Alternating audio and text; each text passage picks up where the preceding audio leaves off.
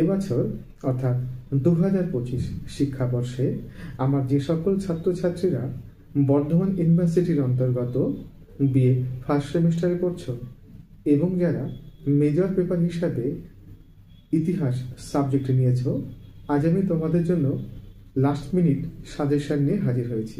হ্যাঁ, তোমরা ঠিকই দেখেছো, মাত্র 12টি প্রশ্ন। এই প্রশ্নগুলি তোমরা ভালোভাবে তৈরি করে নিও, তাহলেই এখান থেকে তোমরা কমন পেয়ে যাবে। আজ আমি তোমাদের এই ভিডিওর মাধ্যমে 10 ও 5 নম্বরের গুরুত্বপূর্ণ প্রশ্নগুলি তুলে ধরব। তাহলে চলো প্রথমে 10 নম্বরের প্রশ্নগুলি দেখে নেব। প্রশ্ন: প্রাচীন ভারতের ইতিহাস চর্চার উপাদান হিসাবে সাহিত্যিক উপাদানের গুরুত্ব আলোচনা করো। দ্বিতীয় প্রশ্ন: সিন্ধু বা হরপ্পা সভ্যতার পতনের কারণগুলি লেখো।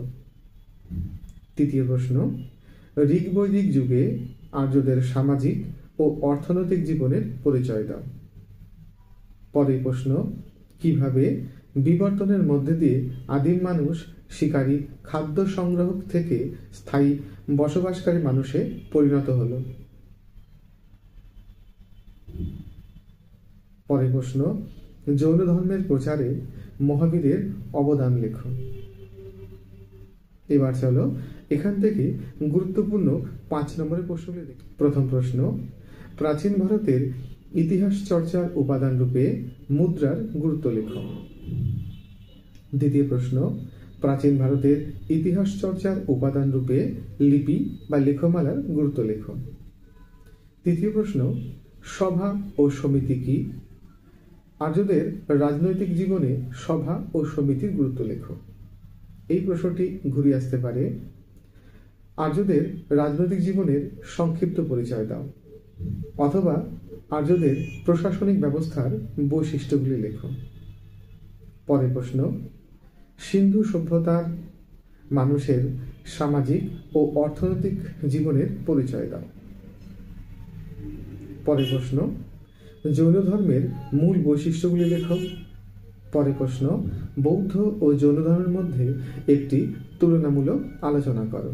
পরের প্রশ্ন: ভারতের ইতিহাসে মেসোলিথিক যুগের বা ক্ষুদ্রাশ্রয়ী যুগের গুরুত্ব লেখো। এই প্রশ্নটি ঘুরে আসতে পারে: ভারতের ইতিহাসে মধ্যপ্রস্তর যুগের মানুষের জীবনযাত্রার পরিচয় দাও। এই প্রশ্নগুলি তোমরা ভালো করে তৈরি করো। কেমন? যদি এই ভিডিওটি তোমাদের ভালো লেগে থাকে তাহলে অবশ্যই একটি লাইক করো এবং বন্ধুদের মাঝে শেয়ার করে দিও। আর একটা কথা, চ্যানেলটিকে অবশ্যই সাবস্ক্রাইব করে রেখো, কারণ এইরকম যখন কোনো তথ্যমূলক ভিডিও আমি আপলোড করব যেন সবার আগে তোমার কাছে পৌঁছায়। ভালো থেকো, সুস্থ থেকো।